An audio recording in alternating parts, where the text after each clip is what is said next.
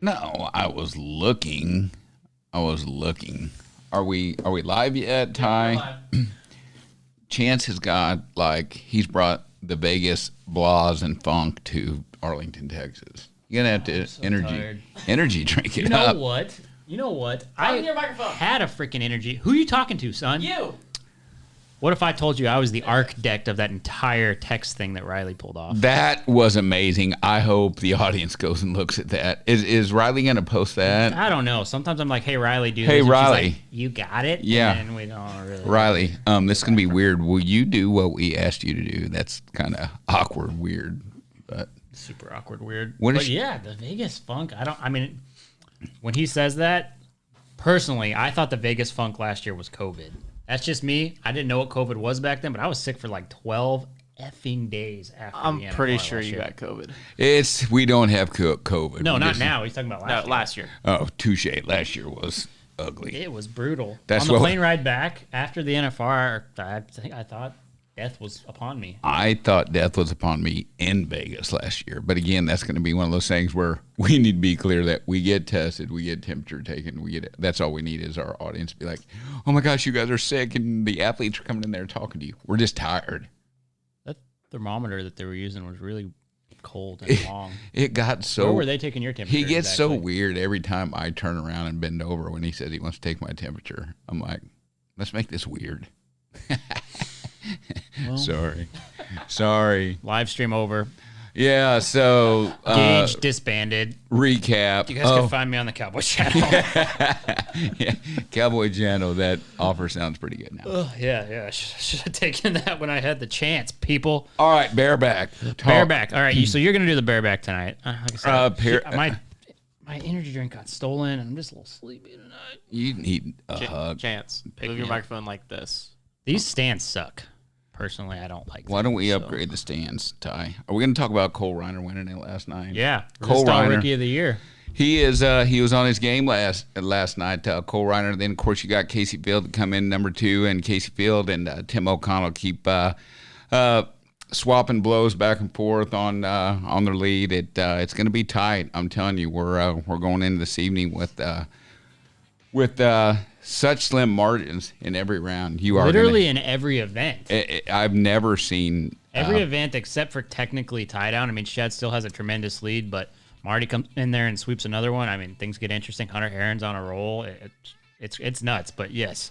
Yeah, Cole Reiner, Casey Field, Tanner House split second with Casey Field, by the way. So 86.5 points. Warren Larson comes in fourth, followed by Chad Rutherford and Tim O'Connell, who split 5th and 6th. So that's the breakdown. But yeah, that race with Tim and Casey is exactly what it's supposed to be with that rivalry. I don't remember, and of course you guys are more familiar than me, but I don't remember an NFR that has been so close to every round win, and that average is going to play such a big role in every single event. I mean, the average money is going to be the key, mark my words, in virtually every single event. Even tie down, possibly. I mean, Shane Hanchy comes in there and wins a round tonight. He's also, he's just gone in there and done good, clean work. He's not really saying much. Just no one's really talking consistent. about it, but he's winning the average last night because Consistent. Weston Hughes had his calf jump through his loop, so yeah, he bellied him, so not good. Well, and again, I know we're jumping around a little bit. I feel bad, but that was another one of those events where we just thought Shad was, this was a no-brainer. This was just going to come in here and do everything, and you have the Martys and the Shanes and everybody just being completely consistent. It's going to get interesting every event. Yeah, well, I mean, to be honest, Shad's lucky that Marty hasn't been all that consistent, because if he got round 3 and 4, we're singing a different song. Completely. So, on to the next event, which Steer wrestling. Steer wrestling. My boys. So what we did see last night, and if you guys go check out our Instagram and look at what Jacob Elder said, we made a little clip out of it. It was so funny. Funny. Jacob Elder. He looks like a 48-year-old man. He's 26. I love that we were able to capture what he did. But Stetson and Jacob both tied with a 3.3. Again, you guys do need to go check out some of our posts and different things on Jacob's interview. We tried to tag him, and again, he's just full on hillbilly. He's like, I'm not doing no social media, but it's really neat. So yeah, 3-3 was the fastest run in the steer wrestling we have seen in Arlington, and if anybody gets below that, I'll be shocked. I mean, that was picture perfect. The fact that either of those guys got that time and then two guys did it, same horse too, but pretty interesting. Jewel Hayes in third at a 3-6. Jace Melvin 3-7. He split fourth and fifth with Bridger Anderson, the young guy who's been kind of lighting Arlington on fire a little bit. But yeah, every single qualified run in the steer wrestling, sub 4 second run. yeah, if you look, I think it was Will Loomis that was He was a 3-9 He was too. a 3-9 and didn't. Look at all the 3-9s. 3-9s didn't Will even Loomis, place. Jacob Talley, Blake Knowles, all 3-9s. So 1, 2, 3, 4, 5, 6, 7, 8, 9 out of 15 in the threes. Yeah. What is this? Thomas and Mack? Insanity. I know, right? All right. So team roping, Cody Snow and Junior Noguera got it done. They came in. We talked to those guys. 3-9 for them. It was a little bit slower round of team roping compared to the other nights, but it was only a matter of time before Cody and Junior got it done. I mean, Junior is lightning fast on that heel side, and Cody was tight on the head rope and set him up perfectly. I mean, that steer didn't step out one bit, and Junior was able to capitalize right away. Clay Tryan, Jake Long in second place with the round, 4 seconds flat, and then Colby Lovell and Paul Leaves take third with that 4-1, and earlier in the week, Paul Leaves kind of got called with a controversial crossfire, but Very controversial. It worked out for them tonight. Luke Brown, Joseph Harrison 4-2 for the fourth place spot. Chad and Wesley 4-3 for fifth, and Dustin Esquiza and Travis Graves, who have the 2 go-around wins and some of the most impressive roping here, were in the money again. So they're still sitting pretty. You have to keep watching them. Yeah, it's again, if you just keep looking at every event, tie down, cap, everything. It's just even if they don't win, they continue to place, and that's where it's going to be to the bitter end when we see and crown a winner. Yeah, sure. and we're going to try to rush through this, guys. We got kind of a late start because we was trying to educate young Tyler and Riley on credit scores. So, Poor Ty. Yeah, we're doing our due So much diligence here, fun. but they So are much doing fun. national Don't anthem yell right at now. us So let's, for going quick because now Ty is educated. yes. So Ryder Wright with another go-around win, 90.5 points. Lefty Holmes, who's also been super consistent in the saddle bronc riding, took second, 86 points. Zeke Thurston, who have been waiting to kind of get up there in the money. I think there's a high probability Zeke wins the round tonight with his draw. But third place for Zeke. Stetson Wright, the dude who is killing it in the bull riding. He was in the money last night. He split that third place round with Zeke. Rusty Wright also. So, I mean, we had a 3-way tie for third, fourth, and fifth. So, they split a little over $11,000 between the three of them. So, coming down in that sixth spot was Brody Kress with an 85-point ride. So, high scoring saddle bronc riding. But Ryder Wright, one thing goes right for him tonight, and he's gonna pass up.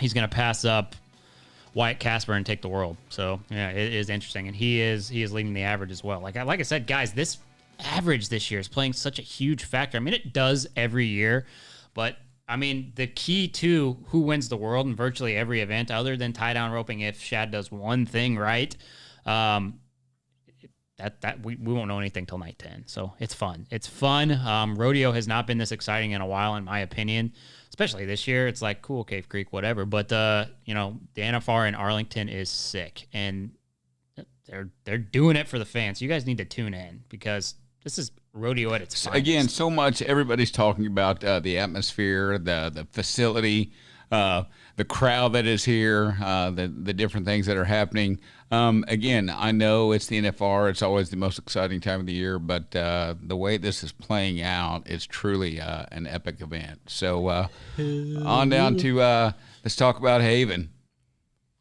Yeah, my boy Haven, 6'8", fastest run in the tie down thus far. We're seeing Thomas and Mack times in the tie down. 6'8" for Haven. He got his go around win. It's a little different NFR for him this year. He's kind of been flying under the radar, but yeah, he lit it on fire. Beyonce, that amazing mare, that Facebook purchase mare, That is such an amazing horse, guys. I mean, that horse makes Haven look so good, and Haven in turn does his part, and it was just beautiful roping. I mean, 2 swings and a wrap and a hooey and done. I mean, it was beautiful. Probably my favorite run of the entire rodeo, though, was Hunter Herring's last night. He was a 6'9", just behind him, and and his horse has been out for a long time. He's been out for a long time.